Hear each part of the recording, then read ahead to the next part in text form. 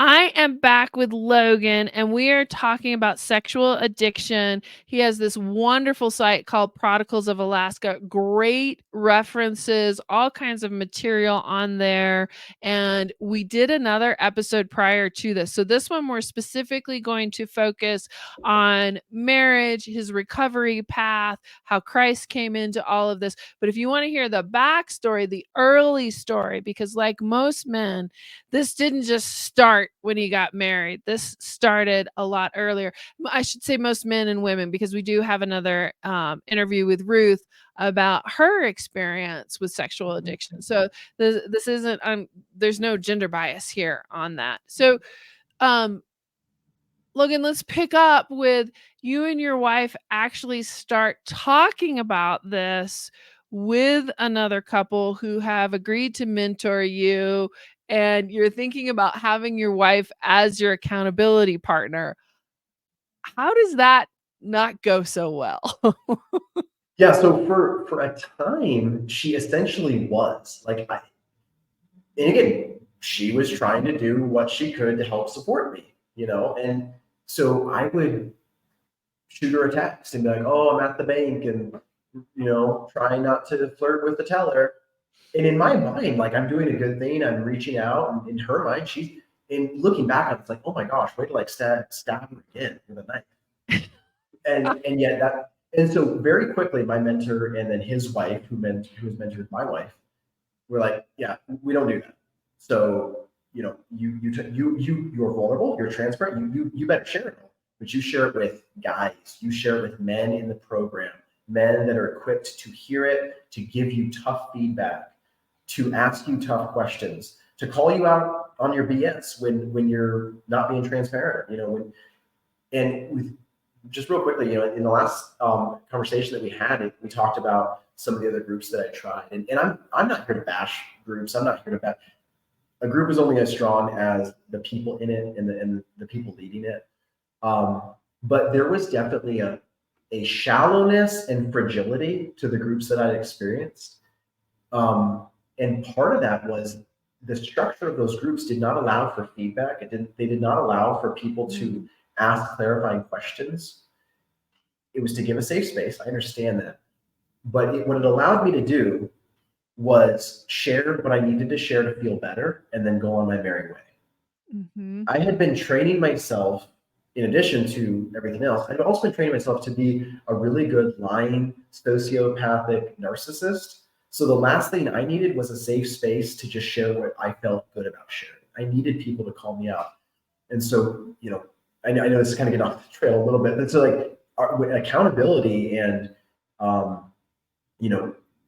having an infrastructure was very much like, okay, it's gonna be me and these guys, my mentor and other mentors, and they're absolutely gonna love me and they're gonna support me, but they're also not gonna let me get away with laziness and deceit and half-hearted, half-truths and that kind of thing. And then for my wife, she had, access for her own healing with her mentor Patty and other women who are in various stages of healing. But there's a tremendous amount of tools and hard work that God used for me, for her, and also for each other. And I'll just say real quickly, there's this is a general statement. It's not always true, but it is true a lot. There's like one camp when it comes to addiction or addiction recovery. It's like, well, if you're Christian or if you're religious, like, well, you need to pray more, get in church more. You just got to find a better Bible study. Talk to more pastors. Have more faith, Logan. Yes, have more faith. God will heal this. You don't need anything else. And then on the Bible. If God wanted to, God could just heal. It's like, yes, God could do that. God usually doesn't. He usually wants the person to go on a journey. And then on the other side, there's like this, you don't need God. You don't need, all you need is just the right, algorithm and just the right habits and read the right books. And no, like there's science and there's God. And guess what? God invented science. So if he created the universe, he's behind science. He's behind biology. Well, and he created us and how our body functions and what we want and what our needs are and what our desires are. And when we decide to step outside, you talked about boundaries in the last one and how Carrie set some boundaries. When we decide to step out of God's boundaries, what happens? We're asked to leave the garden. Right. We get enslaved in Egypt. We get enslaved by our own bodies, all those types of things. When you talk about Carrie being mentored, she had tried earlier to be more sexually available, to be sexier, more submissive, all those types of things. How important was it for her to recognize that she had healing to do too? It's one of the most important things that I have learned and that she has learned in the last 8 years. Like, we've learned a lot. God has shown us many things that we never would have realized before. And that's one of the most important things, is that she has been abused and she needs healing. Like, if I had beat her and broken her bones over and over, and someone was like, "Hey, can I take you to the hospital?" And she's like, "No, no, no, I'll be fine." I'm not saying that doesn't happen, but we can hear that, and we see, like, most of us would be like, "Well, that sounds crazy, right?" And yet, a lot of people don't realize when a woman has been betrayed over, and I'm not saying that even once would be fine, but especially if we're talking over and over and over and over, and I've lied and I've lied and I've lied and manipulated, and I've gaslit her and done all these things. She has been abused so much. She has been harmed and wounded so much. For her not to seek attention is ludicrous, and yet so many women don't. And there's one part of it, and I get where they're coming from logically. It's like, well, dude, like, I didn't cheat on us. I didn't break our vows. I didn't invite someone's. This is your problem. Why do I need to do homework for your problem? And at that point, I get it. And like, if Carrie was talking about, like, she would explain, like, there is healing that you need to do. It's not your fault. It's not fair, but you've been wounded. So it's so important. And one thing about Carrie that is, there are so many times where we look back at our story. It's like, God, he set this up. God set this up. He, instituted these things. Carrie's an incredible woman. She's a very strong, independent woman. She doesn't want clothing gift cards or jewelry for her birthday. She wants Home Depot gift cards. She wants to go build a deck. Like, she did build a deck on our last house. That's what she wants. Nice. So there's two things that don't come naturally to her. They are not her tendency. Asking for help, and she is also an introvert. She does not like talking to strangers. Mm-hmm. So the idea of Carrie going to a group or meeting one-on-one with a woman, both of which she did, of strangers, and sharing her story, sharing all this shame, like, that is not something that would be in her character generally. But God brought her to that point where she was ready to do it. And she made the commitment, her very first meeting, that she would attend every time, unless for some reason she couldn't. And she basically has attended every single, night, once a week. And that she would share every single time, no matter how ashamed she might be feeling, or how down she was feeling, or how frustrated. She would always share what she was doing. She would be honest. Absolutely. And in the family, when this is going on, any level of addiction, the other people have roles to play. And if they choose not to move out of those roles that they played while the person is having the addiction, it's almost impossible for the well person to come back into a family that is still pre-addiction functioning. Yep. And in my own story, I kind of did what Carrie did. My husband said, "Well, I smoke a little pot." I'm like, "Yeah, what's that?"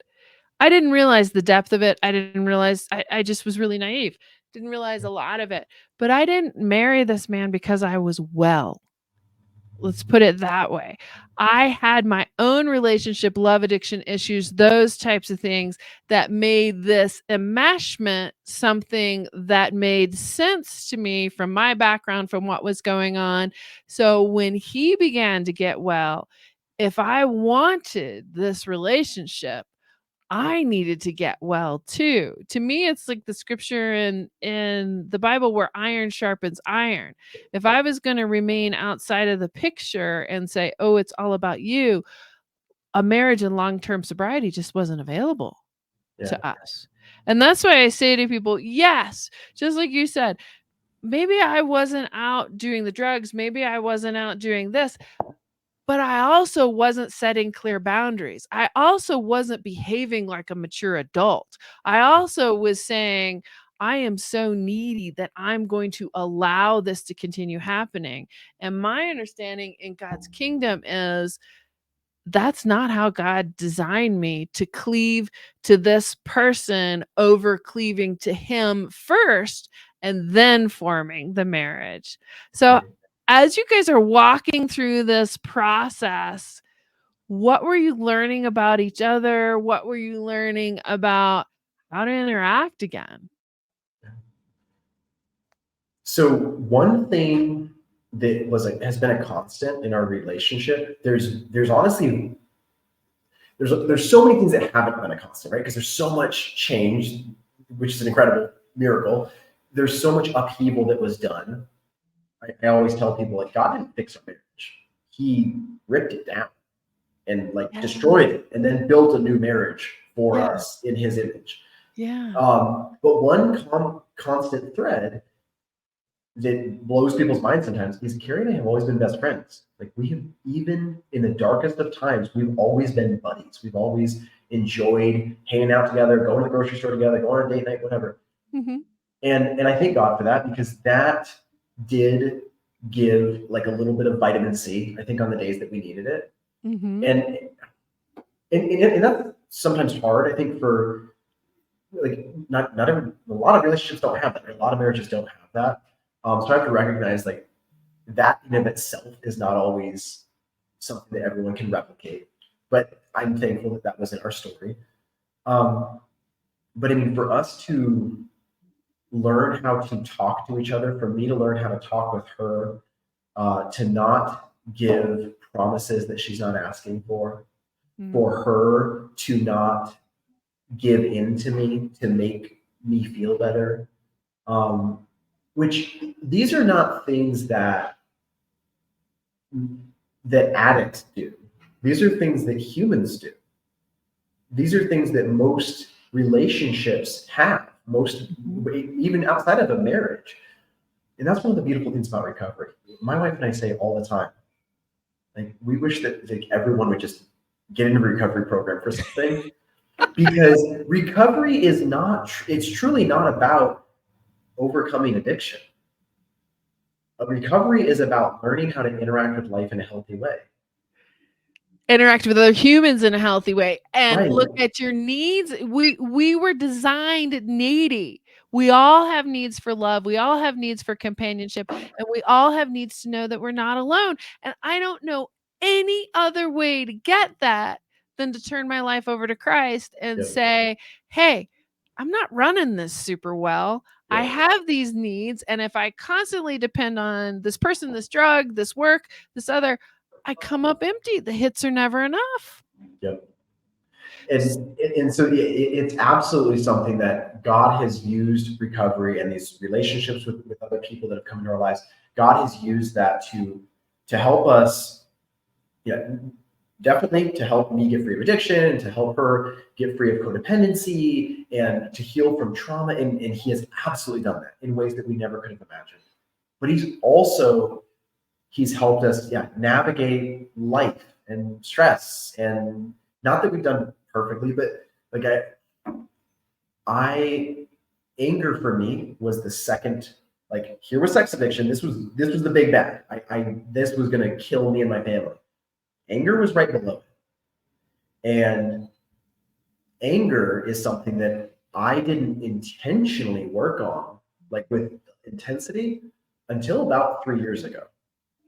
So that, I mean, that's a whole other piece of our story. But what God did to allow me to work on my anger, honestly, was it was using the same tools that I learned with sexual addiction.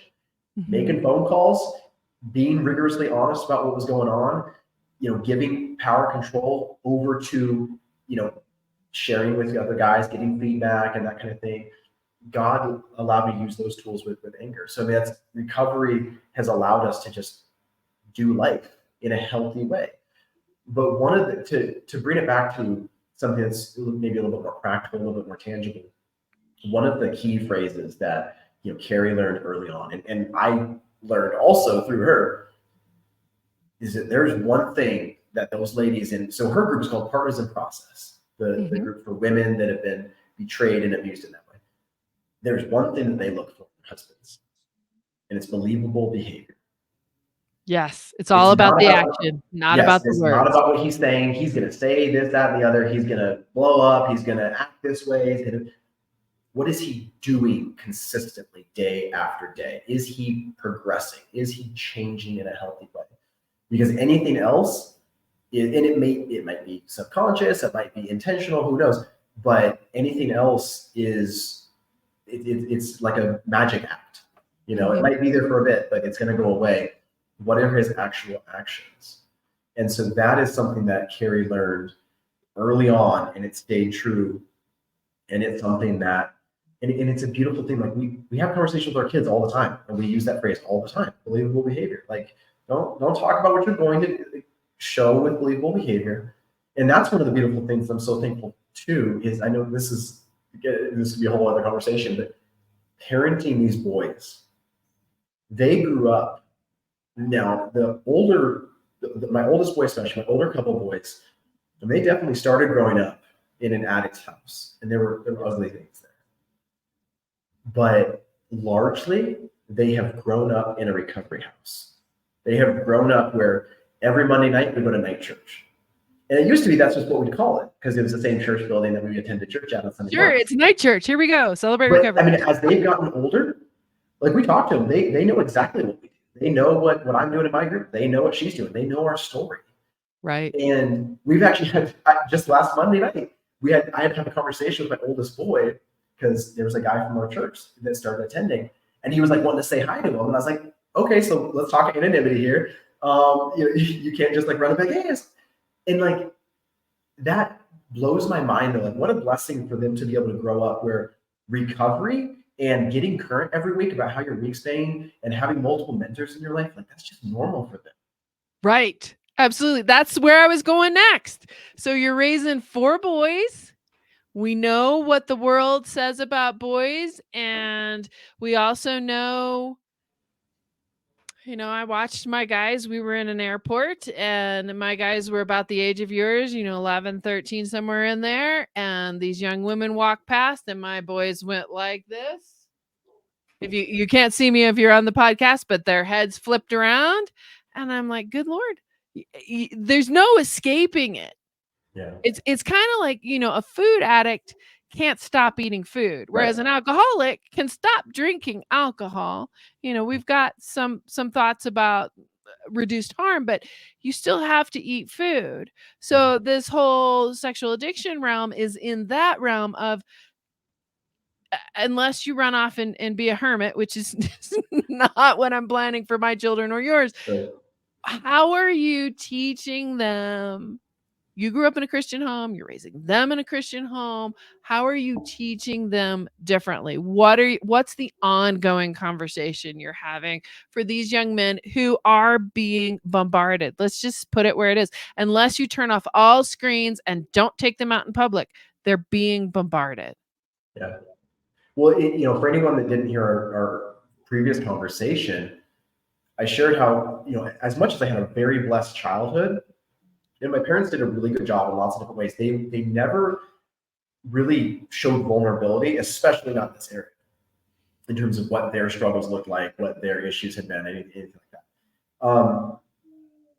So, I mean, I want to give like this giant asterisk at the start of like, okay, well, my boys are, 12, 11, 10, 8. So I'm not saying I have it figured out. And one of the things that we've learned from recovery is I'm in control of my input, right? I'm not in control of the results.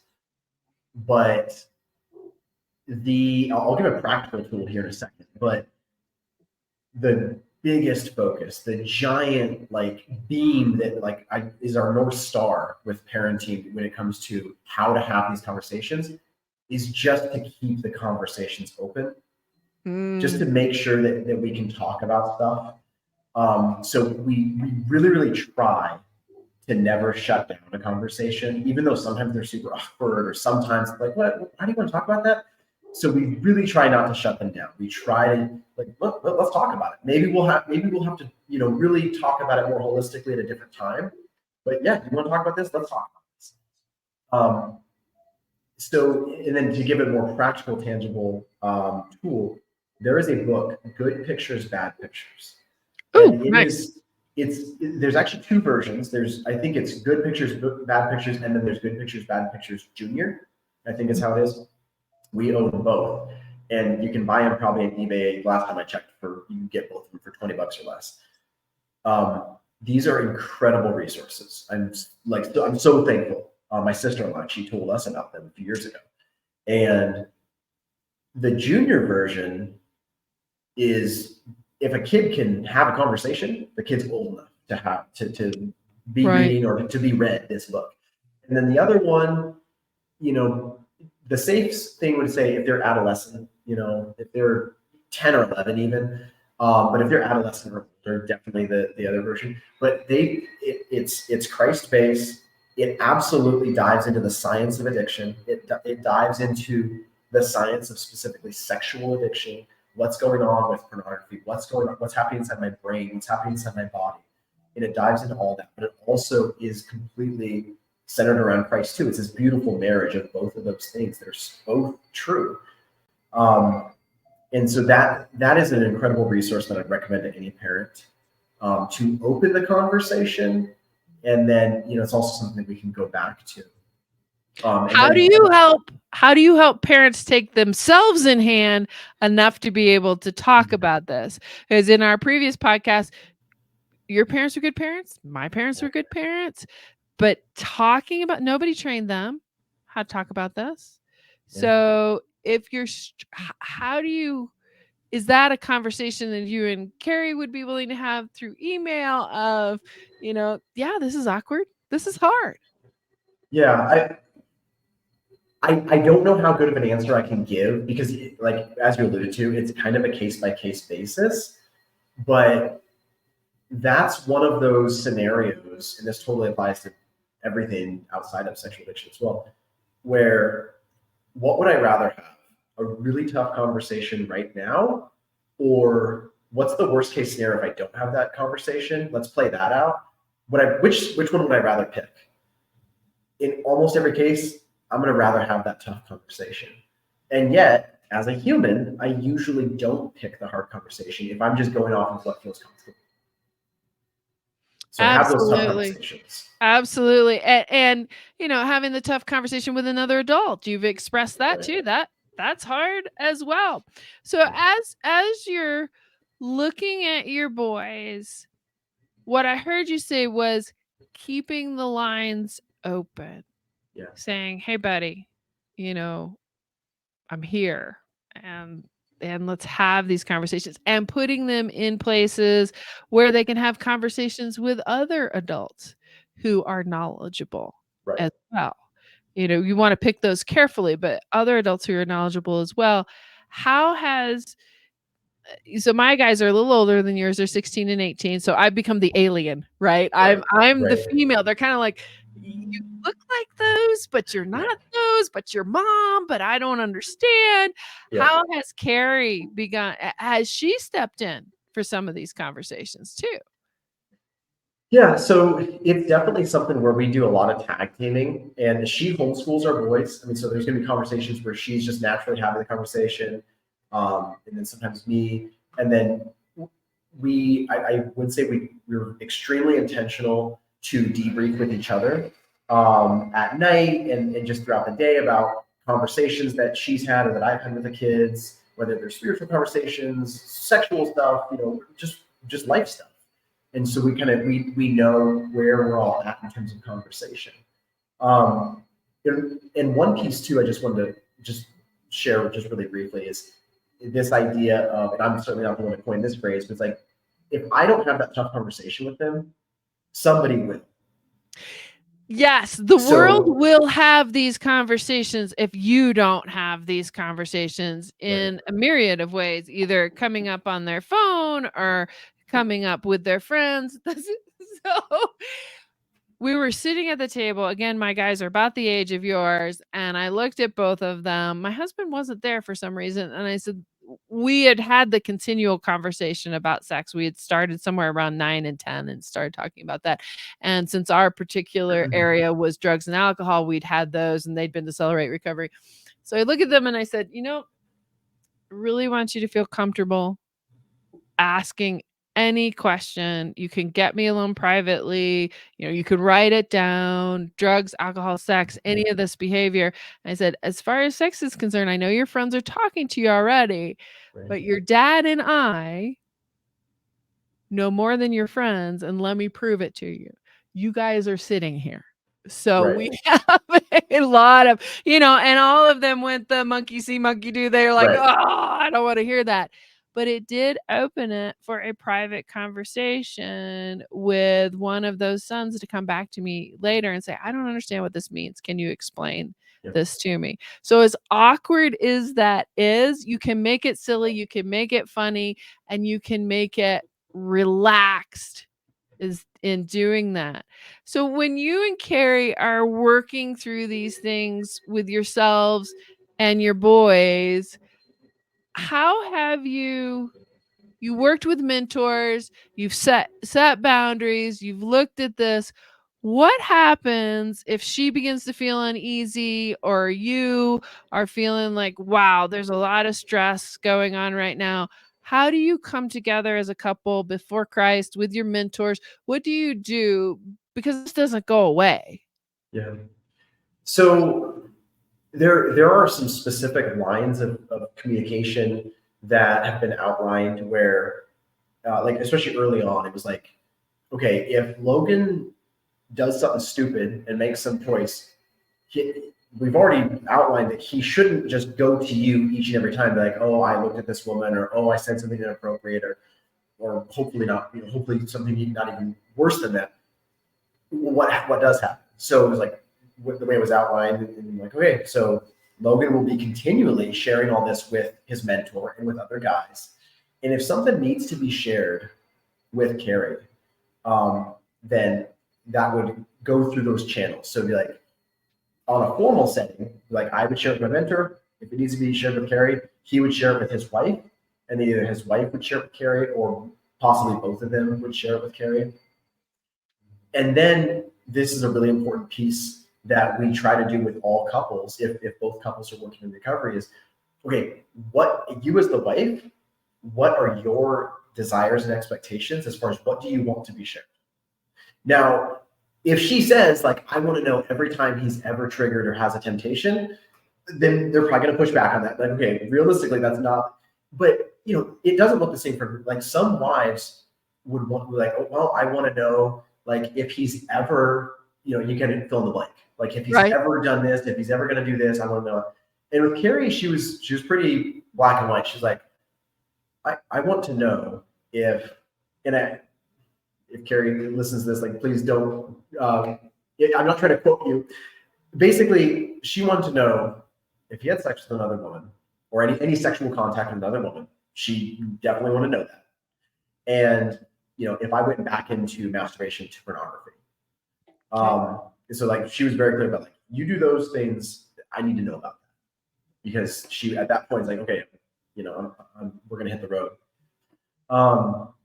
And but some women might have more nuance to what they want to know, but ultimately that's the ideal scenario, at least in our experience, is that it kind of goes through those channels, and that's where having those relationships where you use the word enmeshment.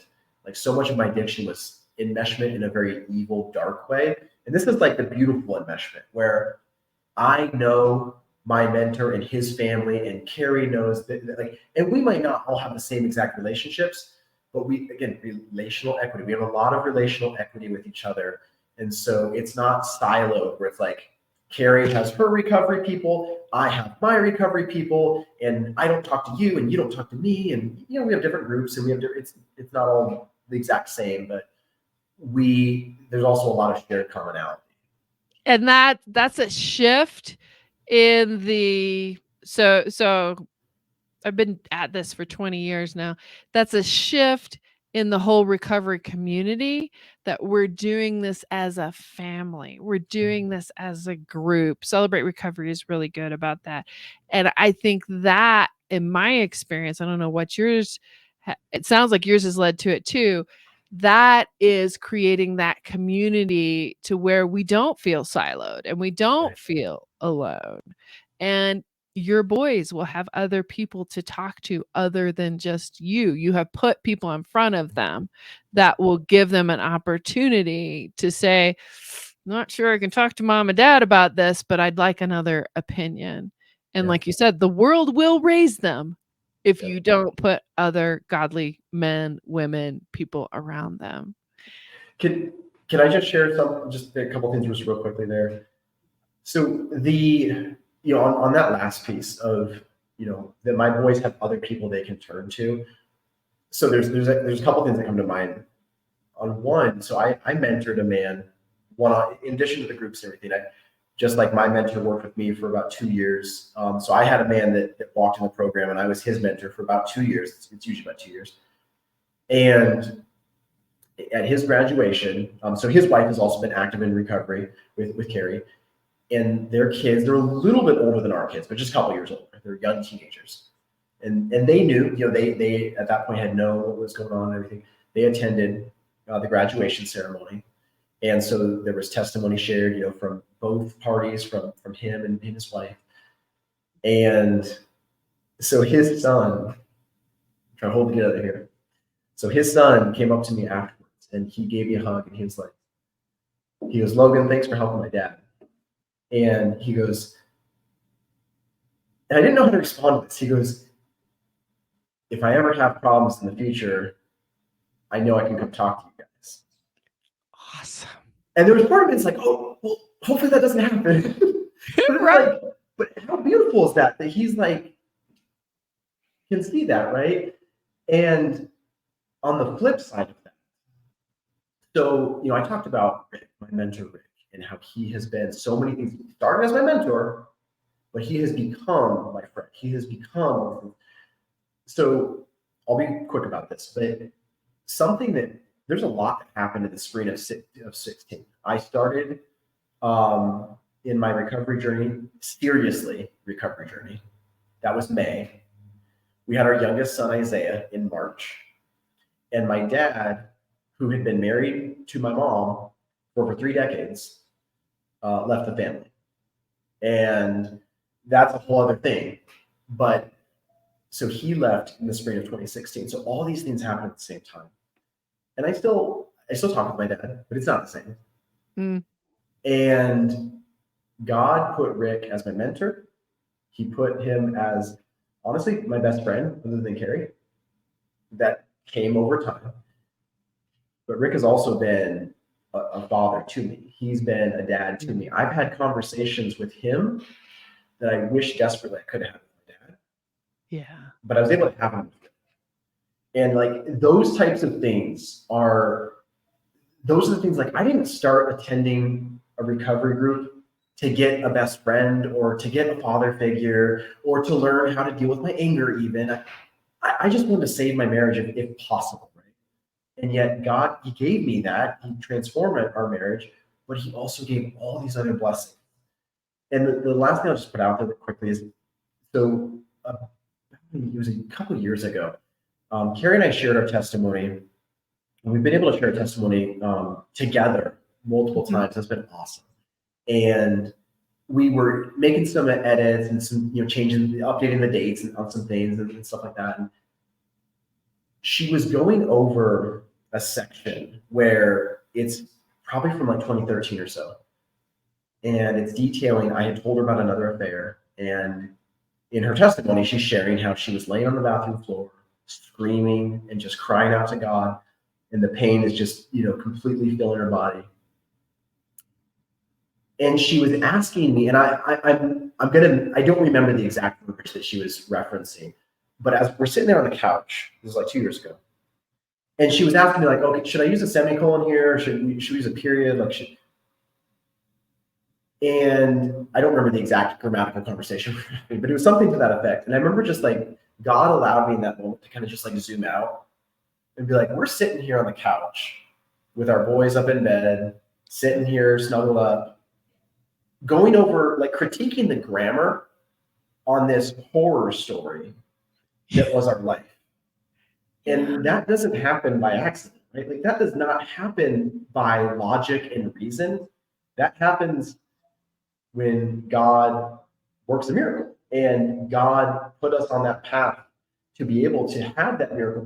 But like we talked about, in the earlier conversation, like God didn't snap his fingers. God, he had a lot of hard work for me and for Carrie and for us together. But I'm so thankful for it. And that's why I wanted to have these conversations with you and just share what God has done, because it's a beautiful thing that he's done. That it's possible, that the miraculous is possible, and it's turning. It's turning and saying, hey, I'm ready to do this. And the people show up. The people show up, because like you said a couple times in these interviews, it wasn't that poof, there was a magic wand, everything was okay. You grew, you built, you changed, because God said, okay, we're done with this old marriage. Yeah. And Logan, you and Carrie, we're creating something beautiful that I want you to share with other people. So Logan, I really appreciate you being here. I know your story is going to touch a lot of the audience. Like we did in the first podcast, we're going to go ahead and put links down there below. Put your prodigal. Tell me the website again. So it's Prodigals of Alaska. I think it's prodigalsofalaska.com, but it'll be in the show notes. And that's where, there's some tools, there's some reading lists with different books, recommended books, but also some PDFs of some tools and stuff like that. If people have questions on that, or they just have a question for myself or for Carrie, if somebody is like, I'm desperate and I never knew that this was a thing, and you can reach out. It's an anonymous email, goes only to me and Carrie. And you have questions. I'm not going to say that I have the answer to everything, but I can be a person that can talk with you through that, or Carrie can be a person that can talk with you through that. We talked about referral networks. I don't have this great expansive referral network of in every city in America, but God has blessed me and the other guys with a lot of relationships. And so there are multiple states, multiple major cities that have men, in some cases leading groups, in some cases they're not. But there are guys all over the United States that have my story that I know personally, that, if you have a listener in Idaho, there's a guy there that has decades of recovery. If you have a listener in Ohio, there's a guy there that has several years, we were in recovery together. Washington, there are multiple places. And even if there's not a guy in your city or your state, there are still resources to be had, but it's got to start with wanting it. It's got to start with, I'm ready to do hard work and be bold. Yes. And it's there. It's available. You do not have to continue to suffer. You do not have to lose your marriage, your relationship with your kids. And as we talked about in the first one, you need to go back through the cycle and see that this is not something that is enjoyable. At some point, it is just, as you said before, this is the way I knew how to get pleasure, and I got stuck in that relapse cycle and in the loop. So Logan, I can't thank you enough for being vulnerable, for being here. Please thank Carrie for letting you share part of her story, and we'll look forward to, I think there needs to be a book, Logan. There needs to be a book. So thank you so much for being here. Thank you so much. Appreciate it.